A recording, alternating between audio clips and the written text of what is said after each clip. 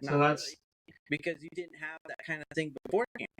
Politics is just part of that whole, what is it, the civilization. Like you had the Romans who had the Senate, right? They go into rotunda, they argue their debates, all that stuff. So it's just a grown up form from that. But I don't have to, because what freedom in essence allows both conflict and peace, and we rely on a rule book, basically, not a rule book, but a ruling documentation that people who have higher power, right? Talk about the previous about power, who can look at that manuscript and say it's just ink and parchment.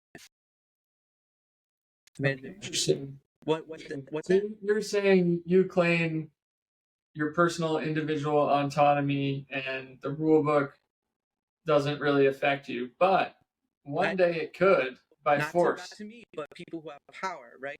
People have power. People who are higher up, right? You can go to your what is it? The three letters, whatever, and they can look at the Constitution and say that's just ink and parchment and walk all over it, right? Because rules for them don't equate to rules for us, right? You see that all Yeah, the time in the news. 100%.